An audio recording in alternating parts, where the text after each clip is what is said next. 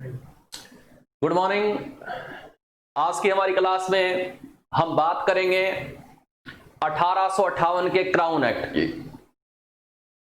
अब charter act खत्म हो चुके हैं भाई। चार्टर एक्ट 1853 तक लास्ट थे। अब कोई चार्टर एक्ट नहीं होंगे। कंपनी का शासन खत्म हो गया है।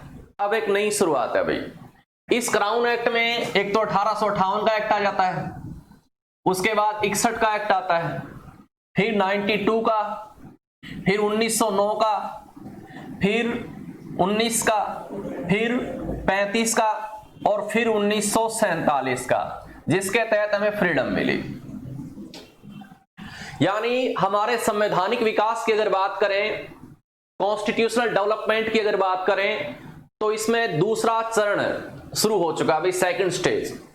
पहले स्टेज में हमने उसकी बात की कि कंपनी का शासन चलाने के लिए ब्रिटिश पार्लियामेंट ने जो एक्ट्स पास किए, अधिनियम पास किए, उसकी बात की।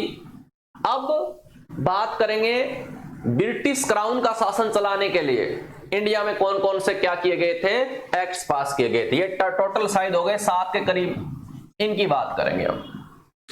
ठीक है, तो डालते हैं हेडिंग भाई और करते हैं बात 1858 के एक्ट की, यानी द चार्टर एक्ट,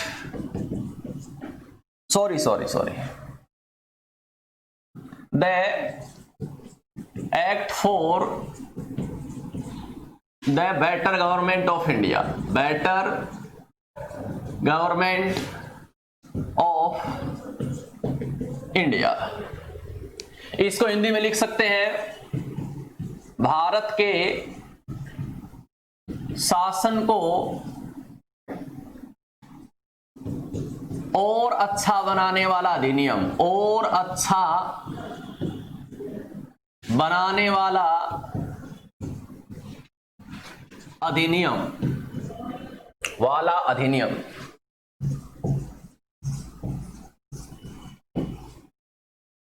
और आया था ये अधिनियम 1858 में। देखिए, ये तो इसका रियल नेम है, इसका सही name the act for the better government of the India, लेकिन इसको 1858 का क्राउन एक्ट भी कह देते हैं। क्या कह देते हैं? 1858 का क्राउन एक्ट भी कह देते हैं। अब इस एक्ट में वैसे तो बहुत सी बातें हैं, लेकिन हमारे काम की सिर्फ एक बात है। यह अलग बात है कि उस एक बात में छोटी छोटी कई बातें निकल जाती है। इसमें सबसे बड़ा जो परिवर्तन किया गया था वो क्या किया गया था? इसमें सबसे बड़ा परिवर्तन यह किया गया था, पहले जो कंपनी का रूल था, किसका रूल था? कंपनी का, वो रूल खत्म कर दिया गया और ब्रिटिश क्राउन का रूल शुरू हो गया। किसका? ब्रिटिश क्राउन का। अब देखिए, कंपनी तो हम पढ़ते आ रहे हैं, कंपनी क्या चीज है, लेकिन ये ब्रिटिश क्राउन क्या चीज है, इसके बारे में हम बात करेंगे। जब हम यहां लिखते हैं ब्रिटिश क्राउन, तो इसका मतलब ब्रिटिश की किंग और क्वीन नहीं है अभी पॉलिटिकल साइंस में। अगर हम ब्रिटिश पॉलिटिकल सिस्टम की बात करें, तो ब्रिटिश क्राउन का मतलब ऐसे ही होता है जैसे हमारे यहां पर पार्लियामेंट होता है। और हमारे पार्लियामेंट में कितने ऑर्गन्स होते हैं? 3। राष्ट्रपति होता है, लोकसभा होती है और राज्यसभा होती है कि नहीं? तो वैसे ही ब्रिटिश क्राउन की अगर बात करें तो इसमें सारी चीजें आ जाती है।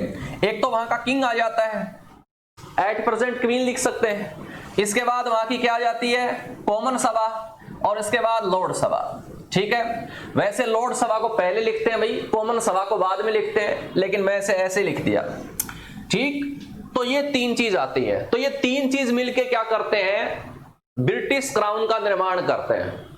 तो यहां सीधा सा मतलब है, ब्रिटिश क्राउन का मतलब होता है ब्रिटिश गवर्नमेंट, यानी ब्रिटेन की सरकार। क्यों? क्योंकि कॉमन सभा के प्रति वहां की कैबिनेट होती है, ब्रिटिश की कैबिनेट, वो उत्तरदायी होती है, रिस्पॉन्सिबल होती है, अकाउंटेबल होती है। जैसे हमारे यहां पर जो मंत्री परिषद है सेंटर की, वो लोकसभा के प्रति उत्तरदायी होती है, तो वैसे वहां होती है। तो वहां का पीएम है, अदर मंत्रीज हैं जिन्हें सेक्रेटरी कहते हैं, वो सारे के सारे इसी के मेंबर होते हैं, चाहे वो कॉमन सभा के हो चाहे लॉर्ड सभा के हो। ये चीज होती है। इसका मतलब ब्रिटिश क्राउन लिख दिया, इसका मतलब हो गया ब्रिटिश गवर्नमेंट। क्या हो गया? ब्रिटिश सरकार। यानी कंपनी हट गई बीच में, अब सरकार ने इंडिया पर सीधा शासन करना शुरू कर दिया। इसका मतलब होता है ये। ठीक, तो चलो आगे बात करते हैं इसकी। तो ये इंपॉर्टेंट काम हुआ था इस टाइम। क्या हुआ था? ये इंपॉर्टेंट काम हुआ था। इस क्राउन एक्ट में कंपनी का शासन खत्म और ब्रिटिश क्राउन का शासन शुरू। अब देखिए, कंपनी का शासन खत्म हो गया तो कंपनी से संबंधित जितनी भी पोस्ट थी, पुराने इंस्टीट्यूट्स थे, वो भी खत्म हो जाएंगे। जैसे कंपनी में सिस्टम क्या चला रहा था, 1784 से 2 इंस्टीट्यूट चले आ रहे थे, board of directors and board of control. ये 2 चीजें चली आ रही थी भाई, ये 1784 से चली आ रही थी और इसे कहते थे कंपनी में द्वैध शासन। क्या कहते थे? कंपनी में द्वैध शासन, यानी डुअल गवर्नमेंट कहते थे भाई। अब ये सिस्टम जो 1784 से चला रहा था वो 1858 में क्या कर दिया गया? खत्म। अरे भाई, जब कंपनी नहीं बची तो कंपनी का सिस्टम भी खत्म। और कंपनी का सिस्टम ये था भाई, बोर्ड ऑफ डायरेक्टर्स थे और उसके बाद बोर्ड ऑफ कंट्रोल था। बोर्ड ऑफ डायरेक्टर्स तो पहले से ही चले आ रहे, बोर्ड ऑफ कंट्रोल बनाया 1784 में, इसे भी अब 1858 में क्या कर दिया गया? खत्म कर दिया गया। कंपनी का शासन खत्म तो कंपनी का सिस्टम भी खत्म। ठीक है, इंडिया में अब ये सिस्टम नहीं चलेगा भाई। तो ये कहानी हो गई खत्म। अब नई कहानी शुरू होती है ब्रिटिश क्राउन के अंडर में। अगर आप पहले की कुछ संस्थाएं, इंस्टीट्यूट्स खत्म करते हैं तो आपको नए इंस्टीट्यूट्स भी बनाने पड़ेंगे भाई। अब नया इंस्टीट्यूट बनाया, एक पद बनाया ब्रिटिश क्राउन ने, यानी ब्रिटिश पार्लियामेंट ने इस अधिनियम को पास करके 1858 वाले को एक नई पोस्ट बनाई।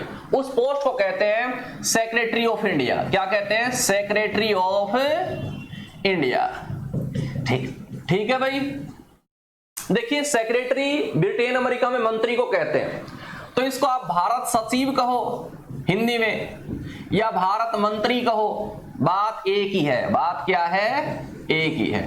ये पोस्ट बना दी नहीं भाई, यानी भारत के मामले, भारत का शासन प्रशासन, रूल रेगुलेशन कुछ भी अगर देखना है, इंडियन अफेयर्स को अगर टैकल करना, हैंडल करना है, देन एक पोस्ट बना दी सेक्रेटरी ऑफ इंडिया, भारत सचिव यानी भारत मंत्री। और इसकी सहायता के लिए काउंसिल बना दी और उस काउंसिल को कहते हैं इंडिया काउंसिल। क्या कहते हैं? इंडिया काउंसिल, यानी हिंदी में कहते हैं इसको भारत परिषद। क्या कहते हैं? भारत परिषद। और उसमें कितने मेंबर्स थे? 15 थे। ये एक नई क्या बना दी? संस्था बना दी भाई।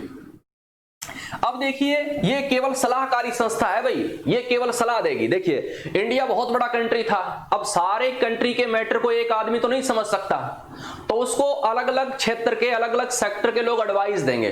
तो ये 15 लोग अलग अलग सेक्टर के थे, इनका काम था एडवाइस देना। ये एडवाइजरी काउंसिल थी, मतलब इसकी एडवाइस को चाहे माने या ना माने, ये भारत मंत्री पर डिपेंड होता था। ठीक है भाई, ये चीज है। अब देखिए, ये क्या करती थी? इंडिया का शासन करती थी। अब सेक्रेटरी ऑफ स्टेट क्या था? ब्रिटिश क्राउन के प्रति जिम्मेदार था भाई। यहां ब्रिटिश क्राउन का मतलब क्या हो गया? ब्रिटिश पार्लियामेंट लिख सकता हूं मैं, ब्रिटिश क्राउन को क्या लिख सकता हूं? British parliament. और मैं क्यों लिख सकता हूं ये मैं बता चुका हूं। जैसे इंडिया में पार्लियामेंट होती है, वहां ब्रिटिश क्राउन होता है। जैसे इंडिया में प्रेसिडेंट होता है, वहां किंग होता है। जैसे इंडिया में राज्यसभा है, वहां लोकसभा है। जैसे इंडिया में लोकसभा, वहां पर कॉमन सभा है। जैसे इंडिया में लोकसभा के प्रति मंत्री परिषद जिम्मेदार होती है, वहां भी जिम्मेदार होती है। तो सारा सिस्टम वही है, पार्लियामेंट में सारी पावर है। ठीक है भाई। तो ये सेक्रेटरी ऑफ स्टेट कौन था? सेक्रेटरी ऑफ इंडिया, ये कैबिनेट मंत्री था वहां का, जो नया पद बनाया ना, ये भारत मंत्री हकीकत में वहां का कैबिनेट मंत्री था। कैबिनेट मंत्री मतलब सबसे इंपॉर्टेंट मंत्रियों में से एक। ठीक है, जैसे हमारे देश में कैबिनेट मंत्री का मतलब होता है सबसे इंपॉर्टेंट मंत्री। मैं आगे कभी बताऊंगा किसी क्लास में, विस्तार से समझाऊंगा कि कैबिनेट मंत्री क्या होता है। तो ये क्या था? सेक्रेटरी ऑफ इंडिया क्या था? कैबिनेट मंत्री था। और वो ब्रिटिश पार्लियामेंट के प्रति क्या था? बिल्कुल जिम्मेदार था भाई। अब देखिए, ये तो हो गई लंदन की व्यवस्था कि लंदन में क्या चेंज किए गए। इंडिया में क्या किया गया? इंडिया में वही पोस्ट थी गवर्नर जनरल। क्या थी पोस्ट? वही पोस्ट थी गवर्नर जनरल। अब इसको एक टाइटल और दे दिया गया, इसे बना दिया गया वायसरॉय। और ये क्राउन का सीधा प्रतिनिधि बन गया भाई, एजेंट बन गया। इसका मतलब समझिए, इसका मतलब क्या होता है? देखिए भाई, आप समझ सकते हैं 1857 की जब क्रांति हुई तो बहुत से राजाओं ने हथियार उठाए, अंग्रेजों के खिलाफ लड़े। बहुत से राजा ऐसे भी थे जिन्होंने अंग्रेजों की सहायता की, वैसे ज्यादातर ऐसे ही थे जिन्होंने सहायता की। ठीक है। अब जाहिर सी बात है, जब युद्ध खत्म हुआ तो जिन्होंने हथियार उठाया था उनको पनिशमेंट करना था, और जिन्होंने साथ दिया था उनको प्राइज देना था। अब इसके लिए क्या होता था, राजाओं से अलग अलग संधि करनी थी। क्या करनी थी, राजाओं से अलग अलग संधि करनी थी। और एक नया सिस्टम भी आया था, तो क्या कर दिया, गवर्नर जनरल को एक नया नाम दे दिया, वायसराय। अब उसको गवर्नर जनरल भी कहेंगे, वायसराय भी कहेंगे, उसकी दोहरी भूमिका हो गई, ठीक है ना, दो तरह की उसकी भूमिका हो गई। अब वो दो काम करेगा, गवर्नर जनरल के रूप में वो इंडिया प्रशासन करेगा, और वायसराय के रूप में क्या करेगा, वो ब्रिटिश क्राउन का डायरेक्ट एजेंट हो जाएगा। अब वो जितने भी संधि समझौता करेगा राजाओं से, कहीं से कैसे भी अफेयर संभालेगा, कोई ट्रीटी करेगा, अग्रीमेंट करेगा, तो जाहिर सी बात है उसको प्रमाणिकता प्राप्त होगी, वो ऑथेंटिक होगा, मतलब वो डायरेक्ट प्रतिनिधि है, तो वो जो कुछ करेगा ना, वो सीधा रिपोर्ट किसको करेगा, ब्रिटिश क्राउन को करेगा, ठीक है ना। अलग तरह का सिस्टम हटा दिया, ये सिस्टम है, तो ये बन गया वायसराय, ठीक है भाई। अब देखिए, भारत सचिव है, भारत मंत्री है, इंडिया में कौन आ गया, गवर्नर जनरल, वायसराय बना दिया गया। और इसके अंडर में कौन आते थे, इसके अंडर में आते थे गवर्नर। क्या आते थे, गवर्नर, जो इंडिया के अलग अलग प्रांत में क्या थे, अलग अलग थे। अब इस गवर्नर जनरल की एक काउंसिल भी थी, यहां पर क्या थी, एक काउंसिल, गवर्नर्स की भी काउंसिल होती थी, ऐसा कुछ नहीं। तो ये सिस्टम क्या कर दिया गया, अब कर दिया गया भाई, ठीक है। ये पुराना वाला सिस्टम था, बोर्ड ऑफ कंट्रोल, ये हो गया खत्म, और ये नया सिस्टम हो गया। नए सिस्टम में क्या हुआ, एक कैबिनेट मंत्री बनाया उन्होंने इंडिया के मसले पर। वो कैबिनेट मंत्री ब्रिटिश पार्लियामेंट के प्रति जिम्मेदार होगा, वो जो कहेगी वो करेगा। कैबिनेट मंत्री के अंडर में गवर्नर जनरल था, इसको एक नया नाम दे दिया कि तू वायसराय है, तू मैटर संभाल इंडिया के। और उसके ठीक नीचे गवर्नर्स की क्या हो गई, काउंसिल हो गई, ठीक है ना, ये अलग अलग स्टेट में थी। अब देखिए यहां पर सिस्टम क्या है, देखने को तो ये आधुनिक सिस्टम लगता है, मॉडर्न सिस्टम लगता है कि नहीं, आजकल भी लगभग यही सिस्टम चलता है, अगर अंग्रेजों वाले सिस्टम को हटा दिया जाए तो। लेकिन ये ऐसा है नहीं, क्योंकि इसमें धारा है वो ऊपर की ओर बहती है। धारा कहां बहती है, धारा ऊपर की ओर बहती है। यूं लोकतंत्र में पावर क्या होनी चाहिए, नीचे की ओर आनी चाहिए। ये जितने भी है इसे आप सेंटर पॉइंट मानो, इस गवर्नर को भी हटाओ, इसको सेंटर पॉइंट मानो। सारी पावर इस गवर्नर जनरल की काउंसिल में थी, इसके और इसकी काउंसिल में थी। और ये भारत की जनता के प्रति जिम्मेदार नहीं था, इंडिया की जनता के प्रति इसका कोई कर्तव्य नहीं था, कोई ड्यूटी नहीं थी, इसकी जिम्मेदारी तो ऊपर थी, भारत सचिव के प्रति, इंडिया काउंसिल के प्रति। अब भारत सचिव किसके प्रति जिम्मेदार था, उसका तो इंडिया से लेना देना ही नहीं था, वो तो कभी कभार इंडिया आता था। वो जिम्मेदार था ब्रिटिश पार्लियामेंट के प्रति। तो ब्रिटिश पार्लियामेंट यानी ब्रिटिश गवर्नमेंट ही भारत का शासन चलाने लगी, ठीक है ना, ये चीज है भाई। हालांकि अब उन्होंने भारत के मामलों में रुचि लेना कम कर दिया ब्रिटिश पार्लियामेंट ने। पहले तो कंपनी का शासन था ना, तो उनको अधिकार जताना था अपना कि हम हैं कुछ है भाई, तो ज्यादा इंटरफेयर करते थे।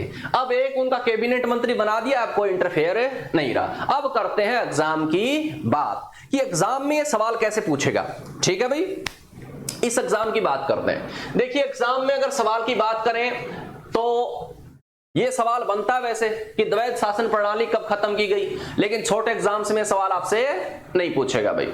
जितने भी छोटे एग्जाम्स हैं इसमें सवाल आपसे नहीं पूछेगा।